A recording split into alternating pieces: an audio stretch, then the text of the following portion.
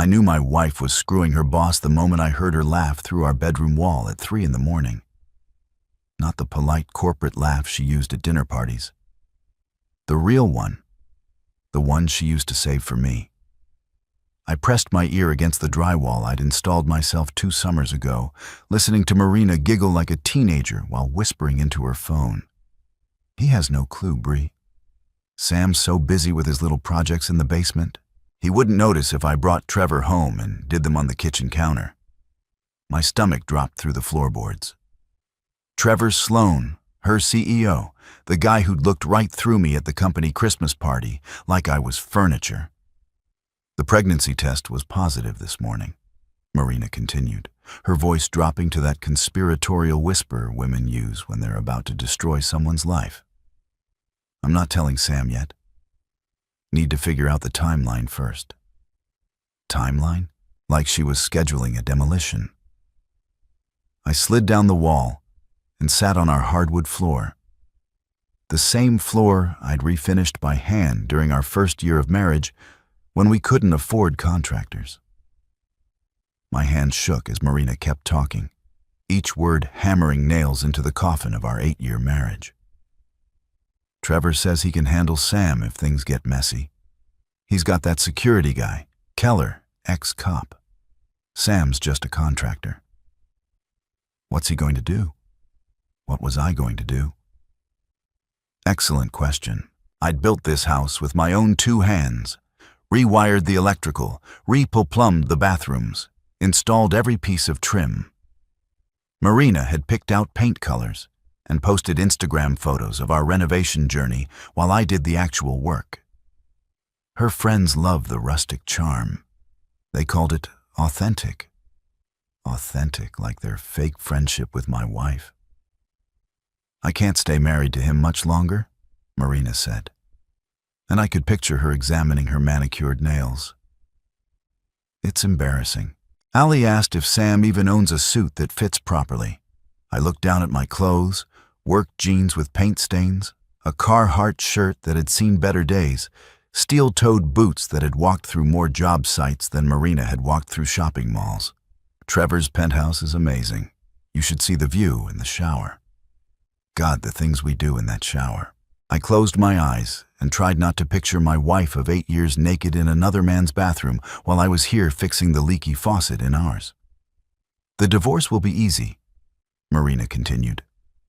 Sam's not smart enough to hide assets, and he trusts me completely. I've been managing our finances for years. She had been managing our finances. Every penny I earned from Riverside Construction went into our joint account. Marina paid all the bills, handled the investments, managed what she called our portfolio. I'd been proud of her financial skills.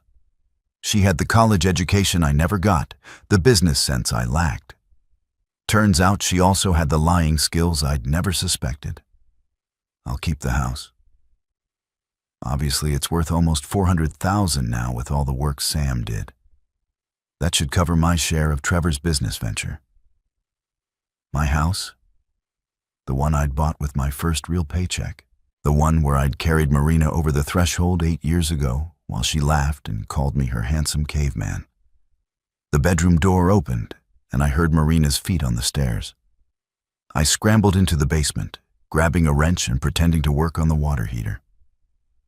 My mind raced through everything I just heard.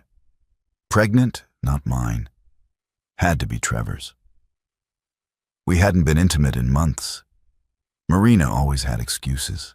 Too tired from work, too stressed about her promotion, too busy with her book club.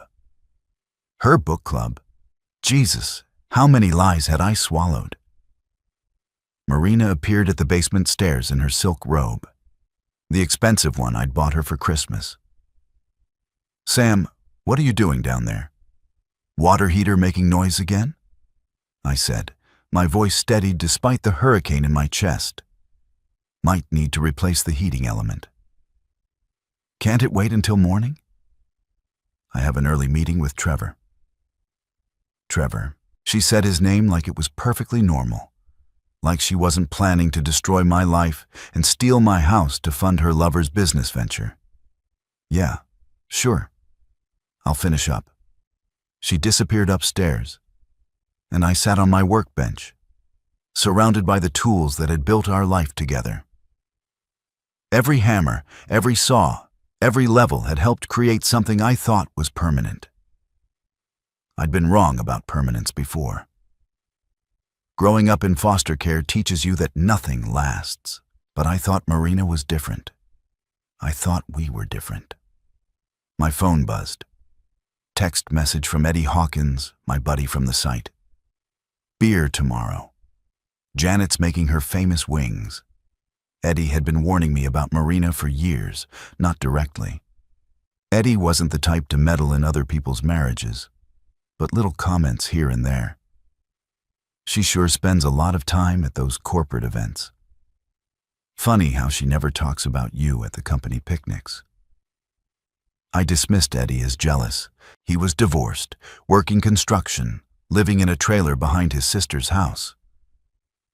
What did he know about successful marriages? Apparently more than I did. I texted back tomorrow family stuff. Family? What a joke. Marina was planning to flush our family down the drain and use the pieces to build a new life with Trevor Sloan. I spent the next hour in my basement running through scenarios in my head. Confront her directly. She'd just deny it. Hire a private investigator. With what money? Every dollar I earned went through Marina's financial management system. I was trapped in my own life. But I wasn't powerless. I'd built this house from nothing. I'd turned a foreclosure property into a home worth $400,000. I knew how to tear things down and build them back up. The question was whether I wanted to rebuild my marriage or build something else entirely. At 6 a.m, Marina's alarm went off upstairs. I heard her shower running, heard her moving around the bedroom, getting ready for another day of lying to my face while planning my destruction. I made coffee in the kitchen we'd renovated together. Marina had picked out the granite countertops. I'd installed them, cutting each piece to fit perfectly around the sink I'd plumbed myself. Every inch of this house had my fingerprints on it. Marina came downstairs in her power suit, navy blue with a white blouse that probably cost more than I made in a week. She looked beautiful. She always looked beautiful. That was part of the problem. "Good morning, honey," she said, kissing my cheek like she hadn't been planning my financial ruin 12 hours earlier. "Sleep well like a baby." I said, "You great." Had the strangest dream, though. We were at some fancy resort drinking champagne on a beach. Sounds nice.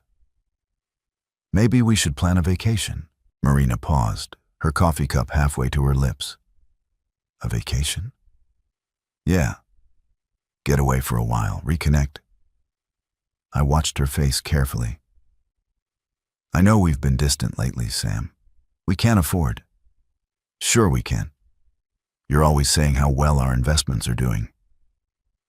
"And I just landed that big commercial job, the Henderson office building." That was true. Henderson Development had hired Riverside Construction for a 6-month project worth $200,000. The biggest contract I'd ever landed.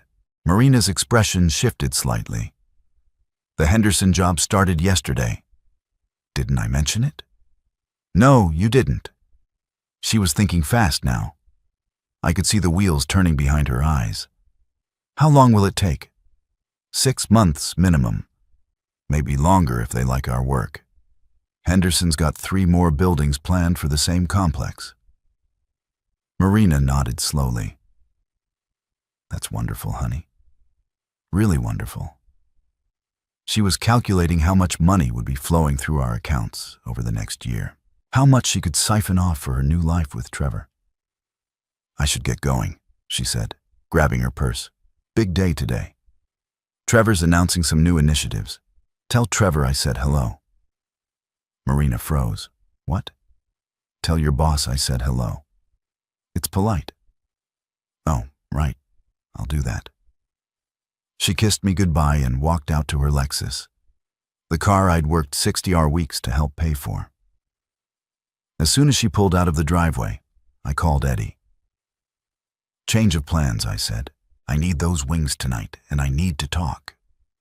Eddie's house sat on 2 acres of scrubland outside town.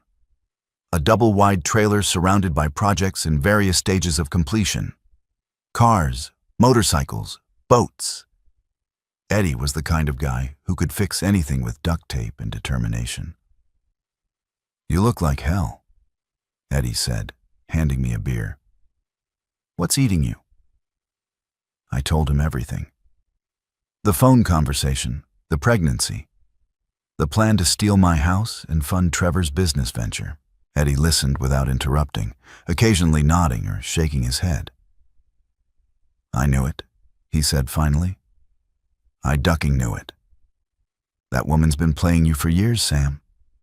I feel like an idiot." "You're not an idiot. You're trusting. There's a difference." Eddie took a long pull from his beer.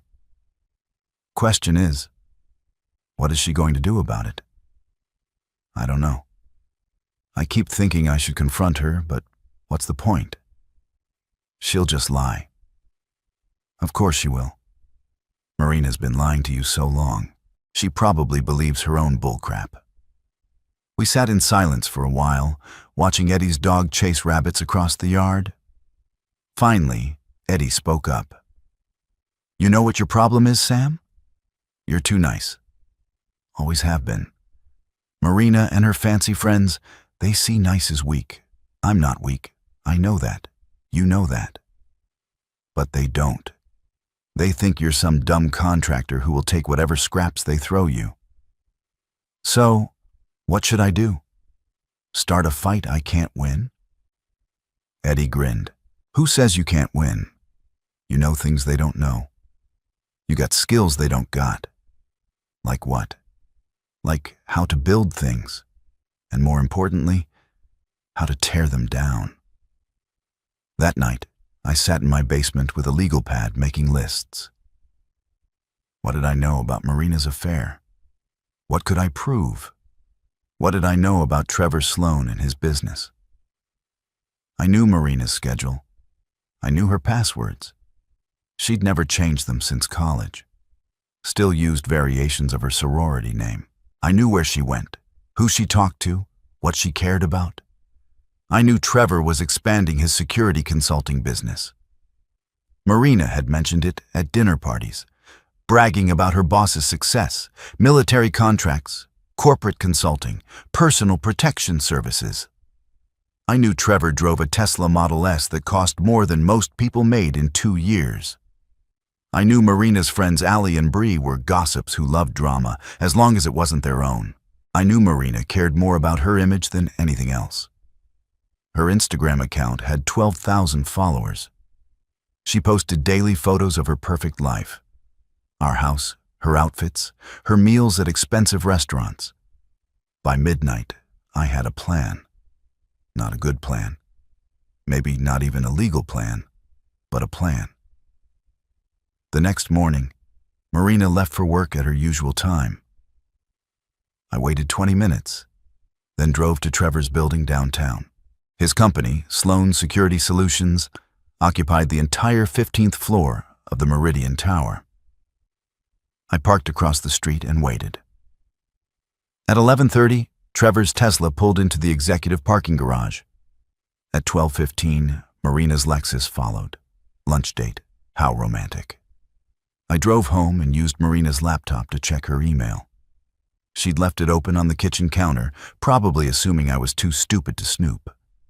Her password was Delta Gamma 2007, her sorority and graduation year. Jackpot. 3 months of emails between Marina and Trevor, discussing everything from business strategy to weekend plans and photos. Lots of photos I wished I'd never seen. But the real gold was in her messages with Bree and Allie. Marina had been complaining about me for months, sharing intimate details of our marriage, making jokes about my appearance and intelligence. Sam actually asked if we could take a vacation. Marina had written to Bree 2 days ago. Can you imagine? Where does he think we'd go, Walmart? Breeze responds. At least he's consistent. Remember when he showed up to your promotion dinner in work boots? I was so embarrassed. Trevor couldn't stop laughing. When are you going to tell him about the baby? After the divorce papers are filed. Let him do the math. Savage. I love it. I printed everything. 17 pages of my wife destroying me for her friend's entertainment while planning to steal my house and abandon our marriage. My hands shook as I read their casual cruelty. These weren't crimes of passion or moments of weakness. This was calculated, methodical destruction. I thought about Eddie's words. Nice is weak. Maybe it was time to stop being nice. That afternoon, I drove to downtown Boston and parked outside the Meridian Tower again. Marina and Trevor emerged at 4:30, walking to his Tesla with their arms around each other. They drove to his penthouse building in Back Bay, a glass tower that probably cost more per month than I made per year. I sat in my truck and watched them disappear into Trevor's million-dollar life. While I tried to figure out what to do with mine, my phone rang. Marina, hey honey, I'm working late tonight. Don't wait up. Another big project. Trevor's got us reviewing new client proposals. Might be an all-nighter. Sounds important. It is. This could really advance my career. I'm sure it could. After she hung up, I sat in my truck and laughed. Actually laughed out loud until tears ran down my face. Marina was probably already naked in Trevor's penthouse, doing things she hadn't done with me in years, while telling me she was working late on client proposals. The lies were so casual, so effortless. I wondered how long she'd been practicing. I drove home to my house that she planned to steal, and made dinner for one, frozen pizza and beer, while I figured out how to burn down my wife's perfect little world. The first strike came 3 days later. Marina's friend Allie worked at a PR firm downtown, always posting about her important clients and exclusive events. She drove a BMW that she was very proud of, always posting photos of it on social media with captions like, "Blessed and living my best life." Allie parked her BMW in the same spot every day, a premium space she paid extra for in her building's garage. The kind of spot where security cameras had blind angles if you knew where to look. I knew where to look. 20 years of construction work. Teaches you about building security, camera placement, access points. On Thursday morning, I followed Allie to work and watched her park. She spent 5 minutes checking her makeup in the rearview mirror before strutting into her building in heels that probably cost more than my monthly truck payment. At lunch, I returned with a bag of equipment and got to work. Nothing illegal, nothing that would hurt anyone. Just creative problem solving. Allie discovered my handiwork at 5:30 when she tried to start her car and found that someone had filled her gas tank with 30 lb of sugar and left a note on her windshield. Sweet dreams, Allie. Maybe next time you'll think twice before laughing at other people's marriages. The note wasn't signed, but I knew Allie would figure it out eventually. Marina called that night, furious. Sam, did you do something to Allie's car? What happened to Allie's car? Someone vandalized it. Sugar in the gas tank. The engine's completely destroyed. That's terrible. Who would do such a thing? She thinks it might have been you. Me? Why would I mess with Allie's car? I barely know the woman. She says you've been acting strange lately. I've been acting strange. Marina, when's the last time we had a real conversation? When's the last time you asked about my work, my day, my life? Marina was quiet for a moment. Sam, are you feeling okay? You seem paranoid. I'm fine. Just tired of being treated like I'm invisible. What's that supposed to mean? Nothing. Forget it. But I hadn't forgotten anything. And Allie's car was just the beginning.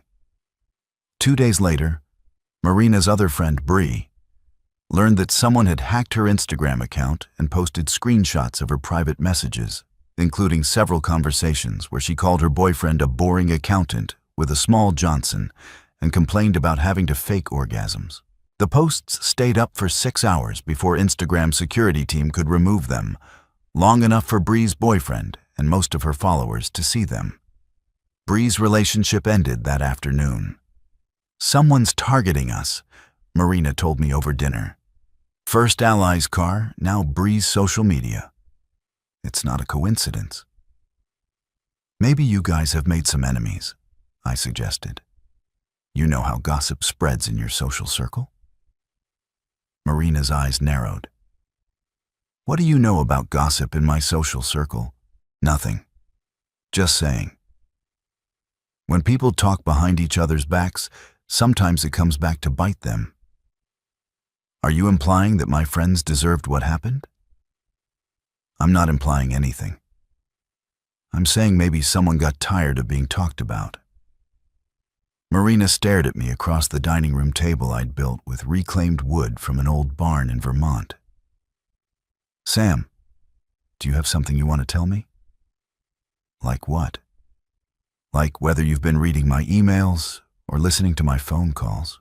"Why would I do that? Don't you trust me?" "Of course I trust you." But she didn't. I could see it in her eyes. The perfect little wife was starting to crack. That weekend, Marina went to Bree's house for what she called an emergency girls' weekend to help Bree through her breakup. She packed an overnight bag and kissed me goodbye like everything was normal.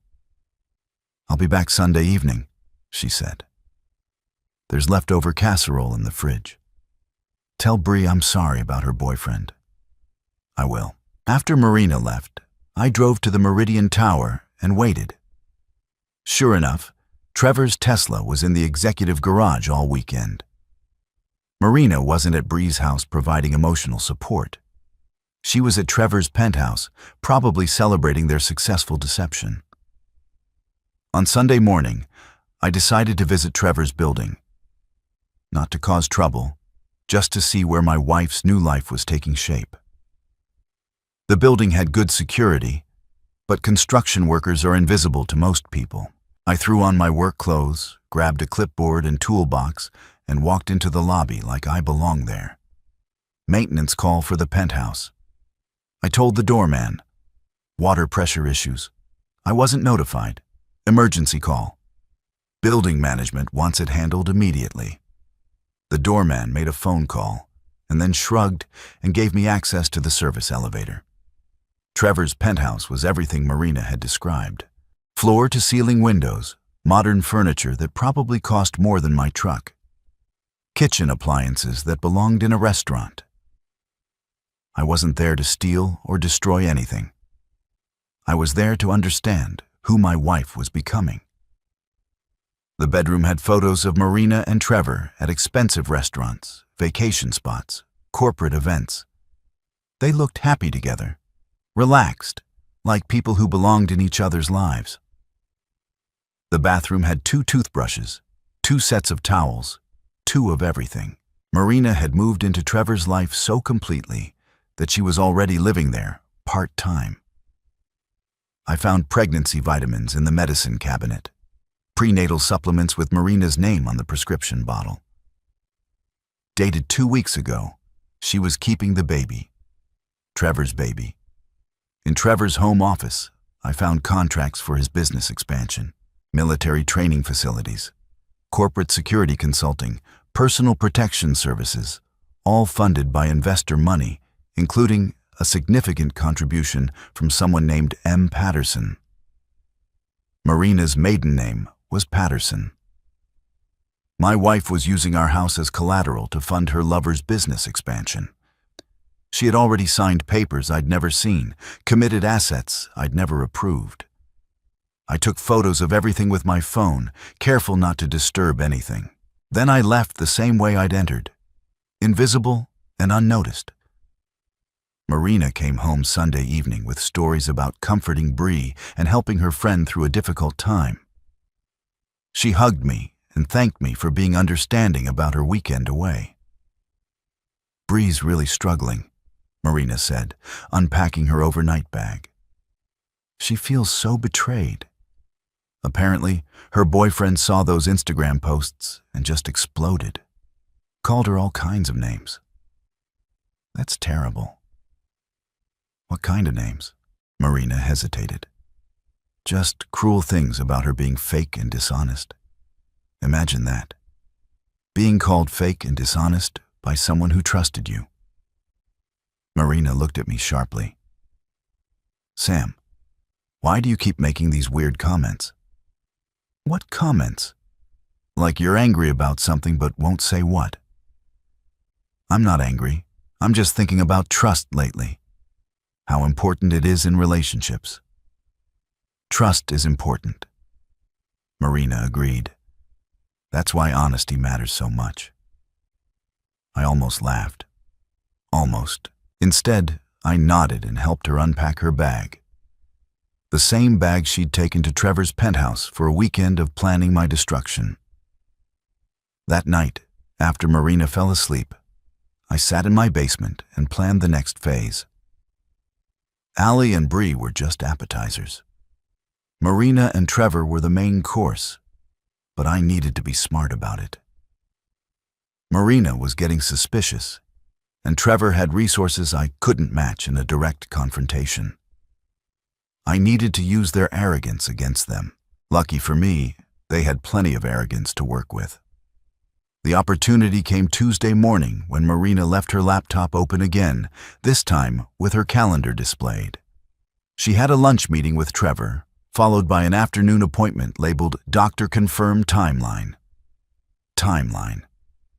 There was that word again. I drove to Marina's doctor's office and waited in the parking lot. At 3:15, Marina and Trevor walked out together, holding hands and looking pleased with themselves. They got into Trevor's Tesla and drove toward downtown. I followed at a distance, staying far enough back to avoid detection.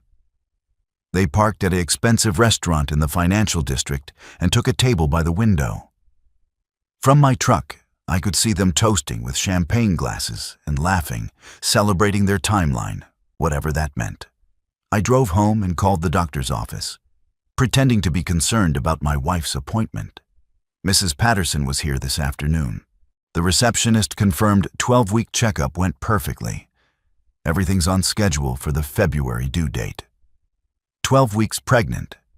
Due in February. I counted backward on my calendar. Marina got pregnant in November. We hadn't been intimate since October. The baby was definitely Trevor's. That evening, Marina came home glowing with excitement. She tried to hide. She made dinner and chattered about her day, carefully avoiding any mention of Trevor or doctors or pregnancy tests. "How was your day?" she asked, serving me spaghetti with marinara sauce from a jar. "Good. Henderson job's moving along. We broke ground on the foundation today." "That's nice." Marina wasn't really listening. She was somewhere else, probably thinking about her new life with Trevor and their baby. "Marina, can I ask you something?" "Of course." "Do you ever think about having kids?" Marina dropped her fork. "Kids? Why are you asking about kids?" "Just curious." "We've been married 8 years. Most couples our age have talked about it. We have talked about it. You said you weren't ready." "When did I say that?" "A few years ago. You said kids were expensive and we should wait until we were more established." I didn't remember that conversation, but didn't matter. Marina was deflecting, buying time to figure out how to handle this new development. "Maybe I'm more ready now," I said with the Henderson contract and business picking up. "Sam, having children is a huge decision. It's not something you just decide because work is going well. You're right. It would change everything." Marina relaxed slightly. "Exactly. Our whole life would be different. Different? How? Well, financially, for one thing. Kids are incredibly expensive. Daycare, college funds, medical bills. We could afford it, could we? Do you know how much daycare costs, or private school or college tuition? We'd figure it out. People do. Marina shook her head. It's not that simple, Sam. Having children changes your priorities, your relationships, your career goals. Your career goals? I'm at a crucial point in my career. Trevor's been mentoring me, helping me develop new skills. Having a baby now would derail everything I've worked for. Trevor. She'd mentioned Trevor without thinking in the context of her career and her future. I didn't know Trevor was mentoring you. Marina's eyes widened slightly. Well, not mentoring exactly, just providing guidance. He's very supportive of his employees' professional development. That's nice of him. He's a good boss. I'm sure he is. We finished dinner in awkward silence. Marina kept glancing at me like she was trying to figure out what I was thinking. I made sure to keep my expression neutral, interested, but not suspicious. After dinner, I helped clean the dishes while Marina retreated to her laptop for what she called evening work emails. I knew she was really texting Trevor, probably telling him about our conversation and trying to figure out how to handle the situation if I became suspicious about her pregnancy. From the kitchen, I could hear her typing rapidly, pausing, then typing again. The sound of someone having an urgent conversation. That night, I couldn't sleep. I lay in bed next to my wife while she breathed peacefully beside me, her hand resting on her still flat stomach where Trevor's baby was growing. 8 years of marriage, 8 years of building a life together, thinking we were partners, thinking we shared the same dreams and goals.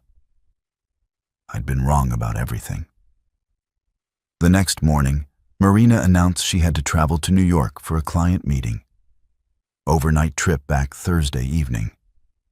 It's a big potential contract, she explained, packing her suitcase with clothes that looked more appropriate for a romantic getaway than a business meeting.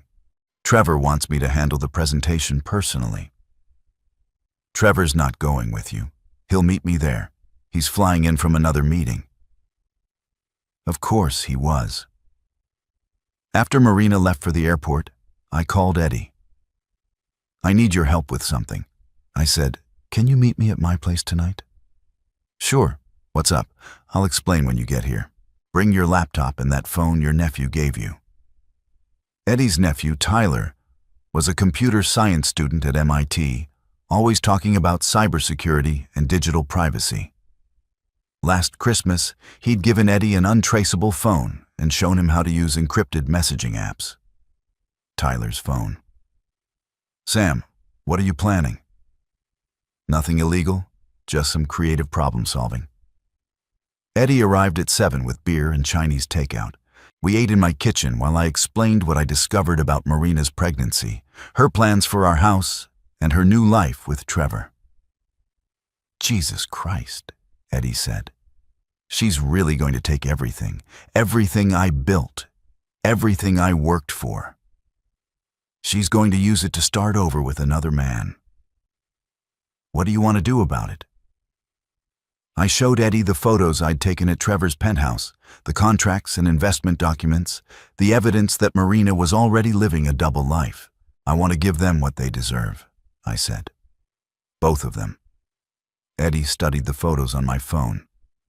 This Trevor guy, he's got serious money. Military contracts, corporate security. The guy's building an empire. And Marina's helping finance it with your house. My house that I built with my own hands. Eddie nodded slowly. Okay, what's the plan? First, we make sure Marina and Trevor know their secrets aren't safe. Then, we start taking apart their perfect little world piece by piece. How? I pulled out Tyler's phone and opened the encrypted messaging app. We start by letting them know they're being watched. Over the next 2 hours, Eddie and I crafted a series of anonymous messages to Trevor's business phone and Marina's personal number. Nothing threatening, nothing illegal, just information. We know about the pregnancy. We know about the house. We know about February. We're watching. Simple messages sent from untraceable numbers at random intervals throughout the night. No demands, no threats. Just the unsettling knowledge that their private world wasn't as private as they thought. Marina called Thursday morning from New York. Her voice tense. "Sam, have you been getting weird text messages?" "What kind of weird messages?" "Just random numbers sending cryptic texts. Maybe it's spam." "What did they say?" "Nothing important. Probably just scammers trying to get personal information. You should report it to the police. It's not that serious." Just annoying, but I could hear the worry in her voice. Marina was used to controlling information, managing her image, keeping her secrets safe. Random messages from unknown numbers threatened that control. "How's your business meeting going?" I asked. "Great, really great. Trevor's been very impressed with my presentation." "I'm sure he has." Marina returned from New York Thursday evening looking stressed and distracted. She barely spoke during dinner, constantly checking her phone and jumping every time it buzzed. "Everything okay?" I asked. "Fine, just work stuff." "The client meeting went well?" "Yes, very well. We landed the contract. That's great news. We should celebrate." Marina looked at me suspiciously. "Celebrate how?" "Dinner somewhere nice. Maybe that new steakhouse downtown." "I'm tired, Sam. Rain check." "Sure." After Marina went to bed, I sat in my basement and planned the next phase. The anonymous messages had rattled them, made them paranoid and defensive. Now it was time to escalate. Friday morning, Trevor's Tesla wouldn't start. Someone had disconnected his battery cables and left them neatly coiled on his windshield with another note. "Nice car. Be careful where you park it, where you..." Trevor called building security, demanded to see surveillance footage, threatened to call the police. But the building's cameras had conveniently malfunctioned between midnight and 6 a.m., leaving no record of who had accessed the garage. Marina was furious when she called me that afternoon. "Someone's stalking us, Sam. This is getting serious. What happened now?" Trevor's car was vandalized just like Ally's. Maybe Trevor has enemies. Isn't he in the security business? That seems like the kind of work that might make people angry. This isn't about Trevor's business. Someone knows about us. United States. She'd finally admitted there was an us with Trevor. "Knows what about you?" Marina was quiet for a long moment. "Nothing." "Never mind." "Marina, if someone's threatening you, maybe we should go to the police." "No police. We can handle this ourselves." I can handle it. Trevor has security resources. Maybe Trevor's security resources aren't as good as he thinks. Marina hung up without saying goodbye.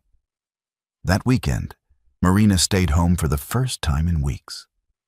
She paced around our house like a caged animal, constantly checking her phone, looking out windows, jumping at every sound. "You seem nervous," I observed Saturday morning while reading the newspaper at our kitchen table. "I'm not nervous. I'm alert." "Alert to what?" "Nothing specific. Just being cautious about the anonymous messages." Marina stopped pacing.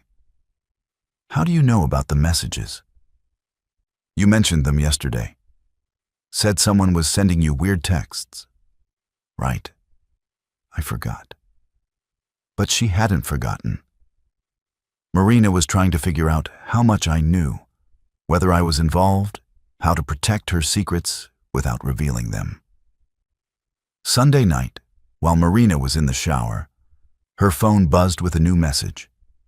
I glanced at the screen and saw Trevor's name. Keller thinks we should take more serious action. Can't let this continue. Keller, Trevor's security guy, the ex-cop Eddie had mentioned. They were escalating from paranoia to action. I deleted the message before Marina could see it and put her phone back where I'd found it. Monday morning, I called in sick to the Henderson job and followed Marina to work.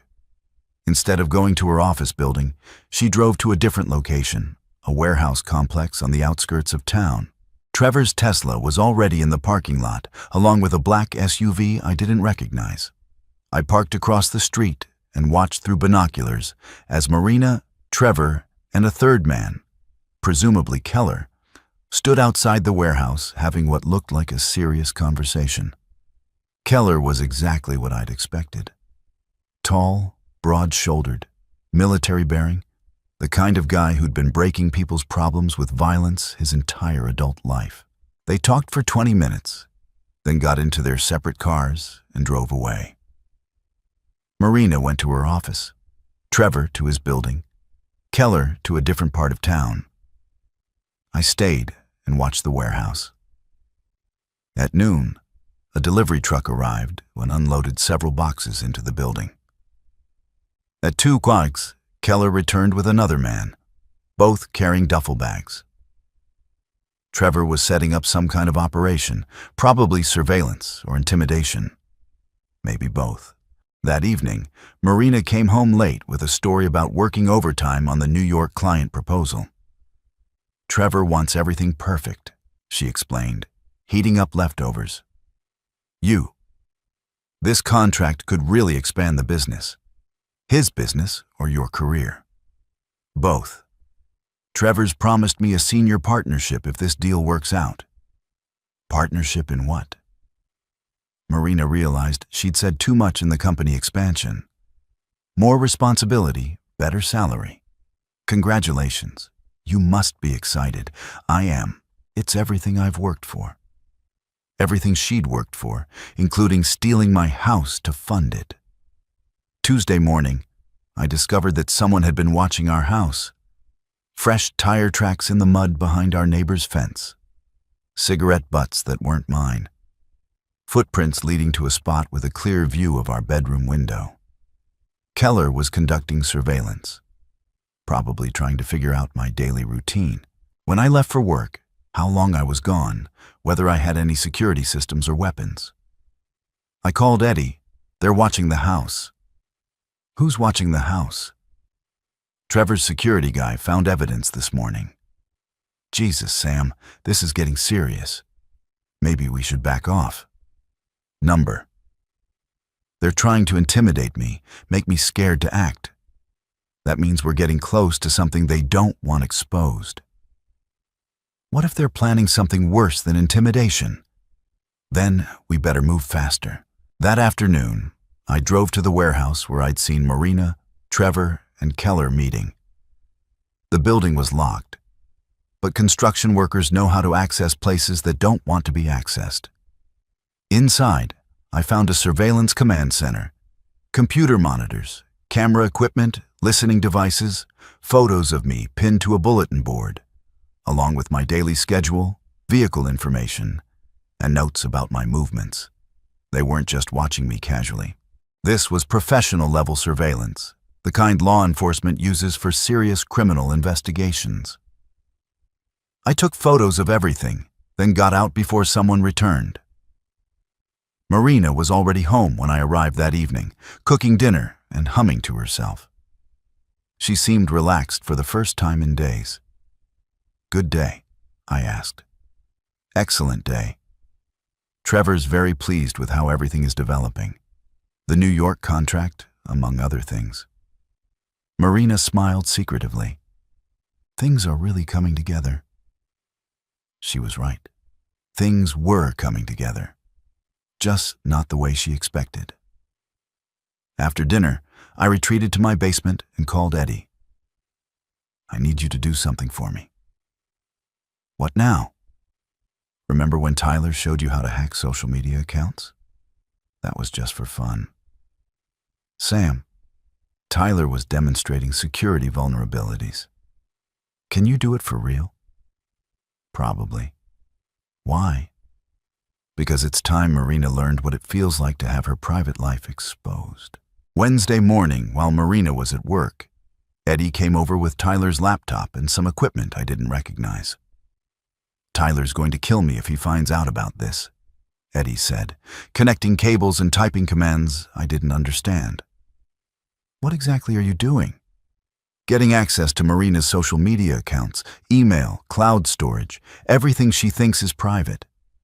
Is this legal? Probably not. You sure you want to do this? I'm sure. It took Eddie 3 hours to break through Marina's security. When he finished, we had access to everything. Her Facebook, Instagram, email, photo storage, text messages. Jesus Christ, Eddie said, scrolling through Marina's private messages. She really hates you, doesn't she? Marina's conversations with Bree and Allie were worse than I'd imagined. Months of complaints about my appearance, my intelligence, my social status. Jokes about my work clothes, my truck, my lack of college education. Look at this one, Eddie said, pointing to a message from last week. Sam actually thinks he's going to keep the house. He has no idea what's coming. Trevor says possession is 9/10 of the law, and I'm about to possess everything. Breeze responds, what if he fights back? Marina, with what?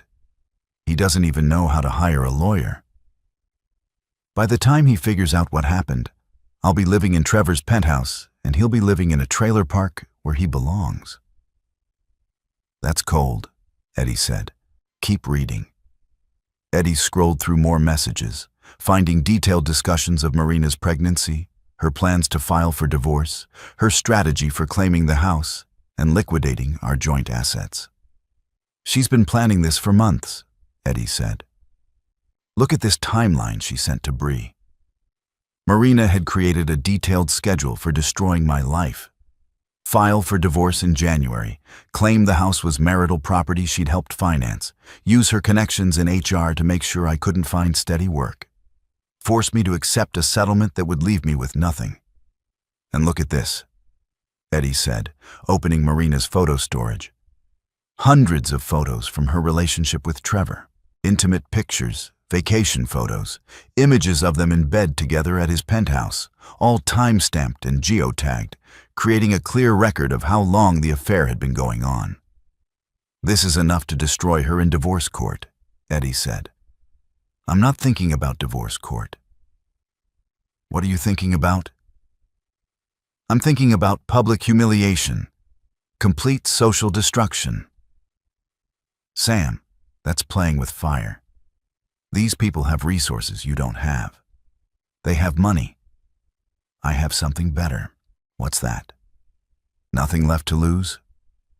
Eddie and I spent the rest of the afternoon going through Marina's digital life, downloading everything that might be useful.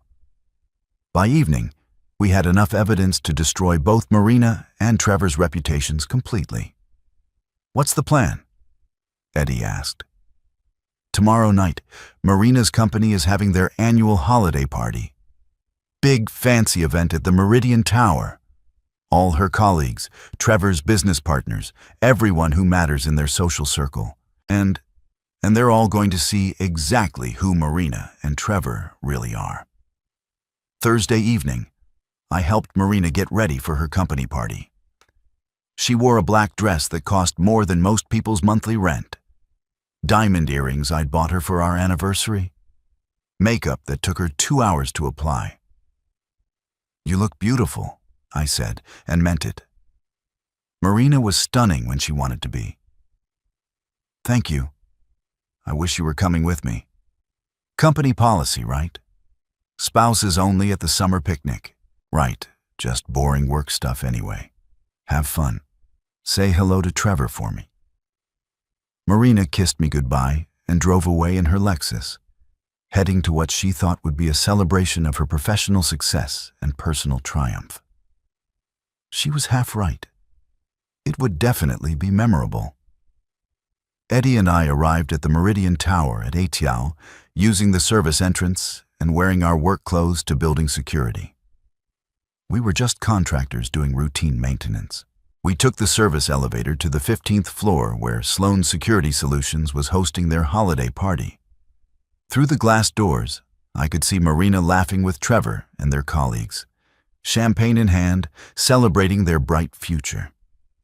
"You sure about this?" Eddie asked. "I'm sure." Eddie connected his laptop to the building's audio-visual system, while I accessed the party's projection equipment. In 5 minutes, we'd be able to broadcast anything we wanted to every screen in the room. "Ready," Eddie said. "Do it." The lights dimmed, and the main projection screen lit up with Marina's face. Not her professional headshot or a company photo. A private picture from her phone taken in Trevor's bed, wearing nothing but a smile and Trevor's business tie. The room went silent. Room. Then the photos started cycling. Marina and Trevor at expensive restaurants. Marina and Trevor on vacation in Europe. Marina and Trevor in compromising positions in locations I recognized as Trevor's penthouse. "What the hell is this?" someone shouted. The photos were replaced by text messages. Marina's conversations with Bree and Allie displayed in large font for everyone to read. "Sam's so pathetic. He actually thinks we're happily married. When are you going to tell him about the baby?" "After I get the house, let him figure out the math." Savage. I love it. The room erupted in chaos. People were pointing, gasping, taking photos with their phones. Marina stood frozen in the center of it all, her face white with shock. Trevor was shouting at building security, demanding they shut down the presentation. But Eddie had locked them out of the system. The show would continue until we decided to stop it. More messages appeared on screen. Marina complaining about my appearance, making jokes about my intelligence, planning my financial destruction. "That's Sam, her husband," someone said. "I met him at the summer picnic. Jesus, she's brutal. And she's pregnant with the boss's baby." The final screen showed Marina's detailed timeline for destroying my life, complete with dates and strategies for stealing the house and leaving me with nothing. "That's enough," Eddie said. "Not yet." The screen changed to show financial documents. Marina's investment in Trevor's business using our house as collateral, contracts I'd never seen, commitments made without my knowledge, assets pledged that didn't belong to her. "She's committing fraud," someone said, using marital assets without spousal consent. Trevor knew about this. Trevor was pushing through the crowd, trying to reach the projection equipment. 2 security guards were following him, looking confused about whose orders to follow. "Now," I told Eddie, told the screen went black, then displayed a final message in white letters. Marina Patterson Hawthorne, adultery, fraud, theft. Trevor Sloan, accomplice. This concludes tonight's entertainment. Thank you for your attention. Eddie and I slipped out through the service exit, while chaos erupted behind us. By the time Trevor and security reached the projection room, we were already in the parking garage. "Holy crap," Eddie said as we drove away. "Did you see their faces?" I saw everything I needed to see. My phone started ringing immediately. Marina calling, texting, leaving voicemails that grew increasingly frantic. "Sam, where are you? Call me immediately. This is an emergency. Someone hacked the party. They showed private photos. My career is ruined. Please call me back." I turned off my phone and drove home to wait. Marina burst through our front door at 11:30, still wearing her party dress, but looking like she'd been through a hurricane. "Sam, thank God you're here. Someone attacked me tonight. Cyber criminals. They hacked my accounts and displayed private information at the company party." "That sounds terrible. What kind of private information?" Personal photos, text messages, things taken out of context. Photos of what? Marina hesitated. Just personal moments that should have stayed private. What kind of personal moments? It doesn't matter. What matters is someone violated my privacy and tried to destroy my reputation. Did they succeed? Marina's face crumpled. Everyone saw my colleagues, Trevor's business partners, potential clients. They saw things that were meant to be private. Things like what, Marina? Stop asking questions. This is serious. Someone's stalking us, trying to destroy our lives. Our lives? My life. Trevor's business. Everything we've worked for. Everything you've worked for using my house as collateral. Marina went completely still. What? The investment documents. The contracts you signed without telling me. Using our house to fund Trevor's business expansion. How do you know about that? The same way I know about the pregnancy, the affair, your plans to steal my house and destroy my life. Marina's shock turned to anger. You did this. You hacked my accounts. You ruined the party. I didn't ruin anything, Marina. I just showed people who you really are. You had no right. No right. You're stealing my house. You're pregnant with another man's baby. You've been planning to destroy my life for months. That house is half mine. I helped build our life together. You helped. You picked out paint colors while I did the actual work. You managed our money while I earned it. You lived in comfort while I broke my back building something you planned to steal. Marina was crying now, mascara running down her face. Sam, you don't understand. Trevor and I were in love. We're building something together. You're building it with my house. It's not just your house. I bought it with my money. I renovated it with my hands. I made every payment while you spent our income on clothes and lunches and vacations with your friends. I work too. I earn money too. You earn money that you immediately spend on yourself. When's the last time you paid a mortgage payment or a utility bill or groceries? Marina couldn't answer because she'd never paid for any of those things. I'd handled all the household expenses while she treated her salary as personal spending money. This is my house, Marina. You have no legal claim to it. We're married. Everything is joint property. Not everything, especially not property acquired before marriage and maintained with separate funds. Marina's eyes widened. You talked to a lawyer. I talked to several lawyers. Amazing what you learn when you start asking questions. You can't do this to me. I'm not doing anything to you. You did this to yourself. Marina pulled out her phone and started dialing. Trevor will handle this. He has resources. Trevor's dealing with his own problems right now. What problems? Check your social media.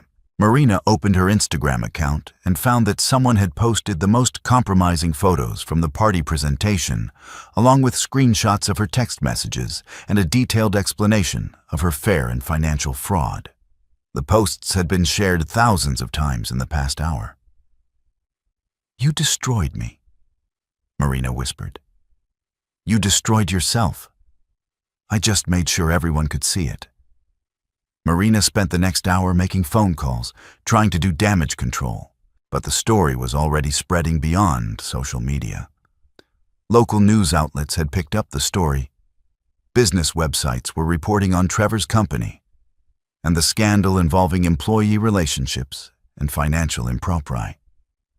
My career's over, Marina said, slumping on her couch. You're young. You'll find something else. Where? Everyone in the industry will know about this.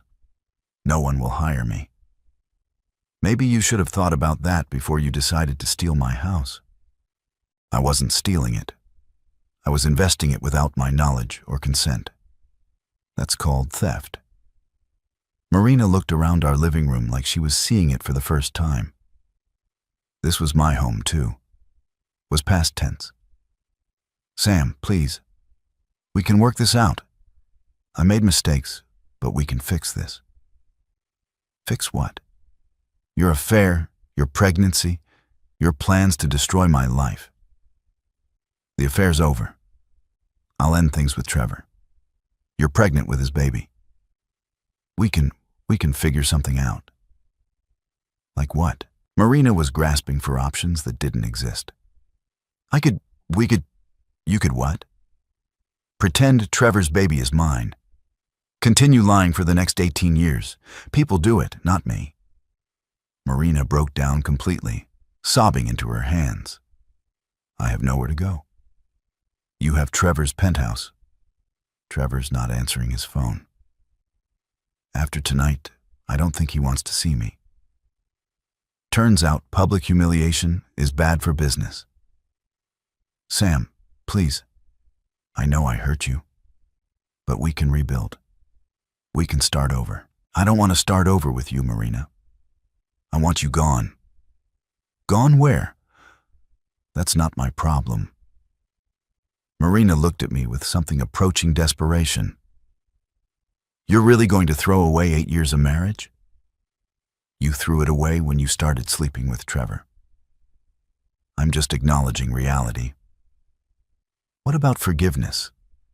What about working through problems together? What about honesty? What about loyalty?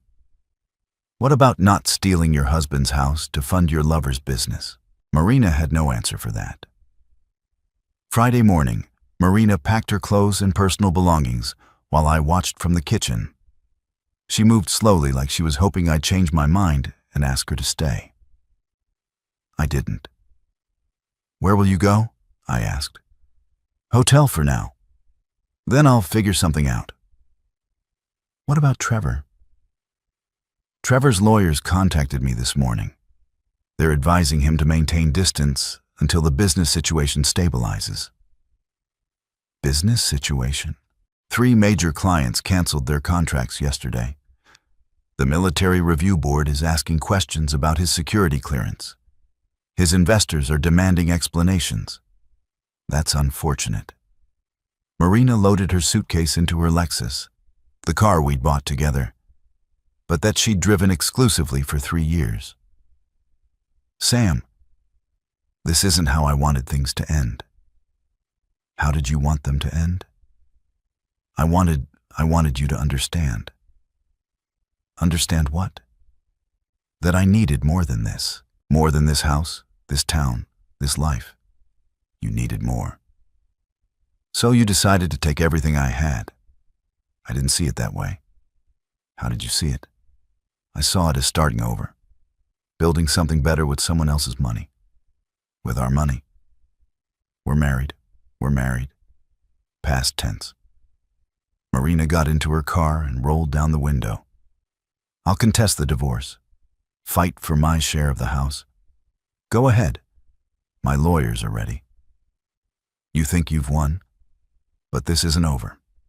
Yes, it is. Marina drove away, and I watched her Lexus disappear around the corner. After 8 years of marriage, she was gone in less than an hour. I spent the weekend cleaning house, literally and figuratively. I changed the locks, updated the security system, removed Marina's belongings from every room. By Sunday evening, it looked like she'd never lived here. Monday morning, I returned to the Henderson job site for the first time in a week.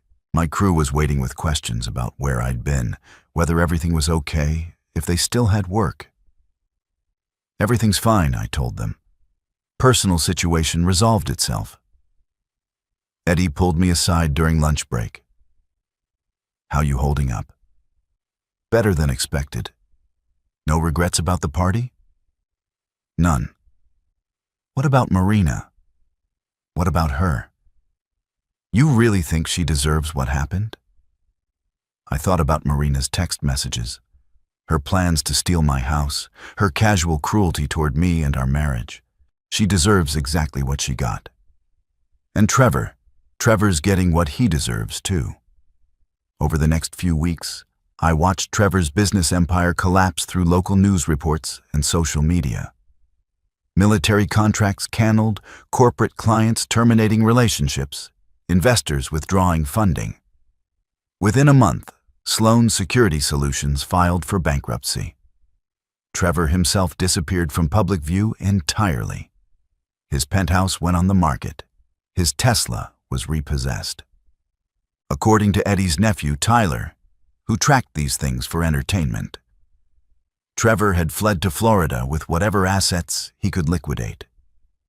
Marina tried calling several times, but I never answered. She sent emails that I deleted without reading.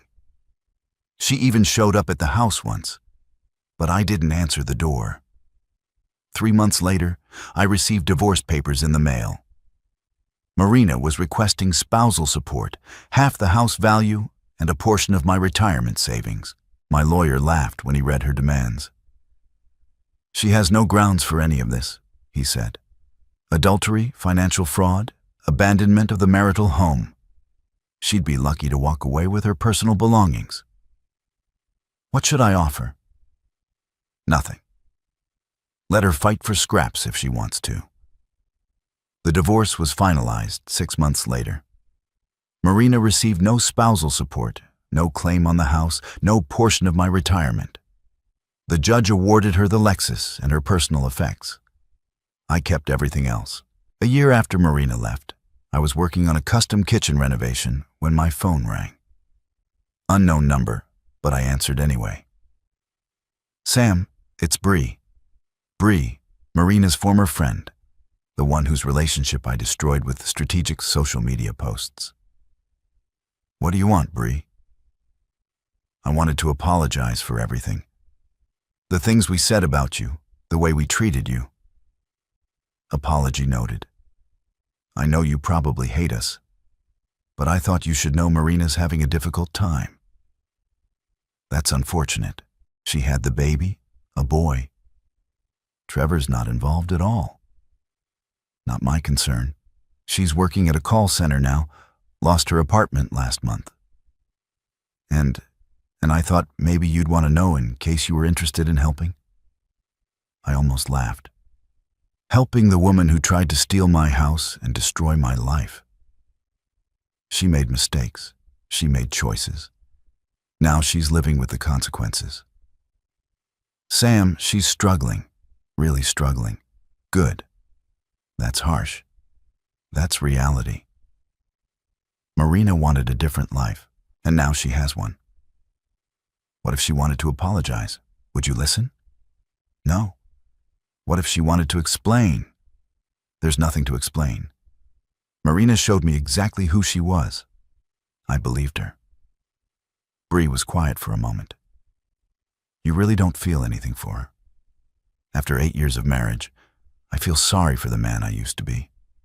The one who trusted her completely and believed her lies. But not for Marina. Marina made her choice when she decided to betray everything we built together. She wanted Trevor's world more than mine. Now she can figure out how to survive without either. That's cold, Sam. That's honest. Something Marina never tried." Bree hung up without saying goodbye. I went back to work on the kitchen renovation, installing custom cabinets for a young couple who reminded me of Marina and myself 8 years ago. They were excited about their future, planning renovations and talking about children. I hoped they'd be smarter than I was. That evening, I sat on my deck and looked at the house I'd built and almost lost. Every board, every nail, every detail had my fingerprints on it. Marina had tried to steal it, use it, destroy it. She'd failed. I'd won something more valuable than revenge. I'd won my life back. 6 months later, I received a text from an unknown number. "Sam, this is Marina. I know you don't want to hear from me, but I need help. Please." I deleted the message without responding. 2 weeks after that, another message. "I made terrible mistakes. I'm sorry. If you ever want to talk, I'm ready to listen." Deleted. A month later, Our son looks like you. I know he's not yours, but sometimes I wonder what our children would have looked like. Deleted. Marina kept trying to contact me for almost a year. Texts, emails, phone calls, letters delivered to my house. Each message more desperate than the last, each apology more elaborate. I never responded to any of them. On the 2-year anniversary of Marina leaving, I received a final message. I understand now. You're never going to forgive me. I destroyed everything good in my life because I thought I deserved better. I was wrong. I hope you find happiness, Sam. You deserve it more than anyone. I read that message twice, then deleted it like all the others. But I didn't delete the memory of reading it. 3 years after Marina left, I was finishing work on a major commercial project when Eddie showed up at the job site with the news. Saw Marina yesterday, he said. Where grocery store? She was working there, stocking shelves. Good for her. She looked rough, Sam. Really rough. That's what happens when you destroy your own life. She asked about you. What did you tell her? That you were doing well, happy, successful. All true. She cried when I said that. Not my problem. Eddie studied my face. Now you really don't care what happens to her. I care that she gets exactly what she deserves. Nothing more, nothing less. And what does she deserve? To live with the consequences of her choices, just like everyone else. Even after 3 years, especially after 3 years. Marina had 3 years to rebuild her life. If she's stocking shelves in a grocery store, that's because of decisions she made. What if she's learned her lesson? Good for her. Learning lessons doesn't erase consequences. Eddie nodded slowly. You've gotten hard, Sam. I've gotten realistic. What's the difference? Hard people enjoy other people's suffering. Realistic people just don't feel responsible for fixing it. That night, I sat in my basement with a beer and thought about Eddie's words. Had I gotten hard, or had I just stopped being naive? Marina had taught me that people are capable of incredible cruelty toward those who love them most. That trust, once broken, can never be fully repaired. That forgiveness is a gift some people don't deserve. I'd learned those lessons the hard way. Now I lived by them. 5 years after Marina left, I met someone new. Sarah was a teacher, divorced with 1 teenage daughter. She'd been betrayed too. Understood the scars that kind of experience leaves. We took things slowly. No rushing into commitment. No grand gestures or dramatic declarations. Just 2 people who'd learned to be careful with their hearts. Do you ever think about your ex-wife? Sarah asked one evening as we sat on my deck. Sometimes. Do you miss her? I miss who I thought she was. I don't miss who she actually turned out to be. That's a wise distinction. Wisdom earned through suffering. Do you think you'll ever forgive her? I considered the question carefully. Forgiveness isn't about her anymore. It's about me. And I've already forgiven myself for trusting someone who didn't deserve it. But not her. Marina's forgiveness is between her and whatever higher power she believes in. My job is to live my life without letting her choices continue to hurt me. And have you succeeded? I looked around at my house. My life, the woman sitting beside me who understood the value of honesty and loyalty. Yeah, I said. I think I have. 7 years after Marina left, I married Sarah in my backyard. Small ceremony, close friends, no drama. The opposite of everything my first marriage had been. During the reception, Eddie pulled me aside. You happy, Sam? Happier than I ever thought possible. No regrets about Marina, about how things ended? None. Really, Eddie, Marina got exactly what she wanted, a different life. The fact that it didn't turn out how she expected isn't my fault or my responsibility. And if she showed up today, asked for another chance, I'd tell her she made her choice 7 years ago. And now I've made mine. Cold, honest. Had he clinked his beer against mine? Here's to honesty then. To honesty. 10 years after Marina left, I received a wedding invitation in the mail. Marina Patterson was marrying someone named Michael Thompson at a small church outside town. I almost threw the invitation away. Then curiosity got the better of me. I called Eddie.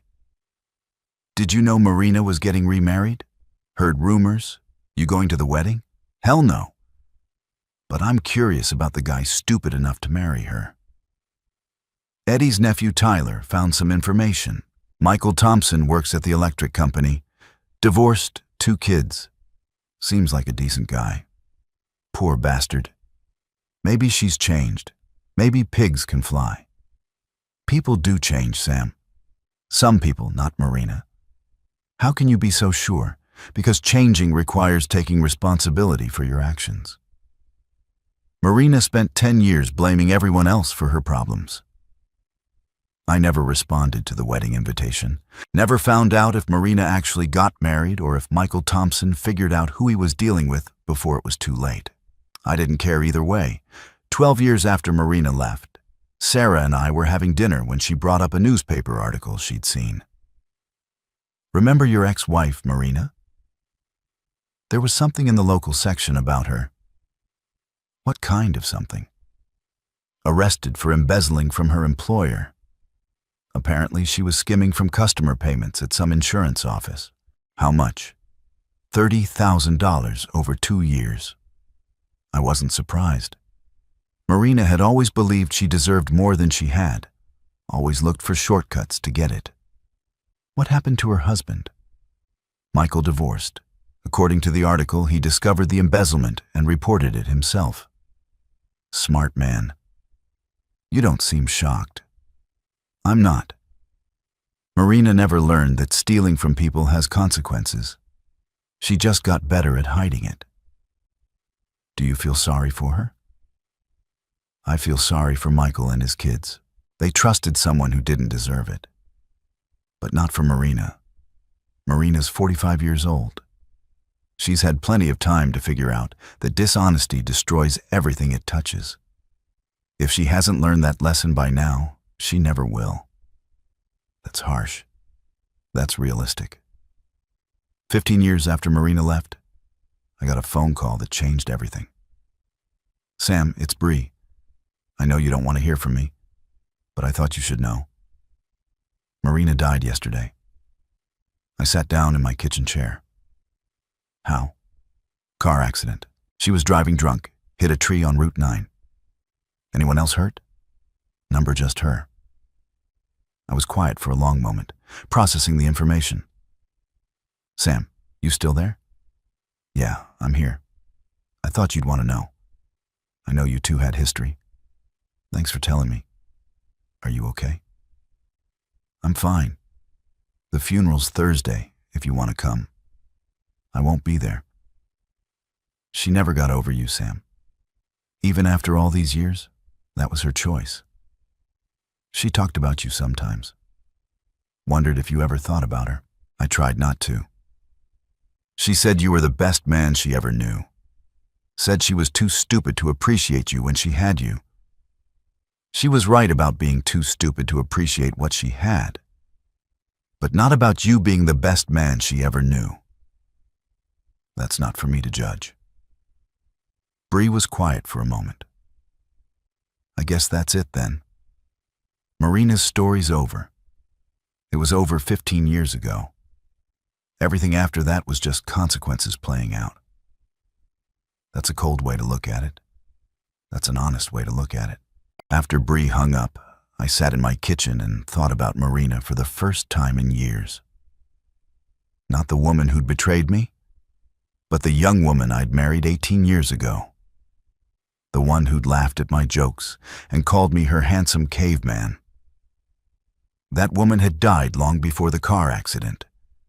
She died the moment Marina decided that betrayal was easier than honesty, that stealing was easier than earning, that destroying was easier than building.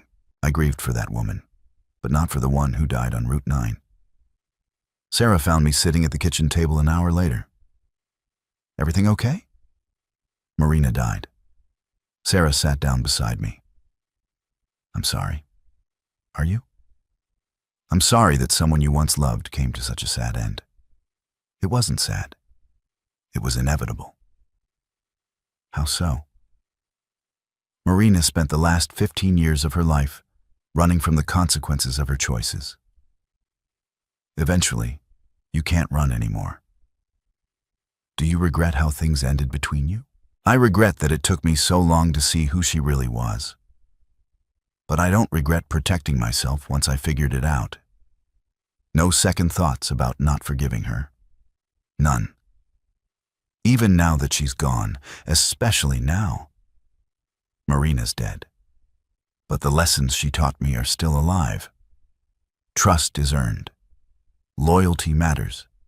Actions have consequences.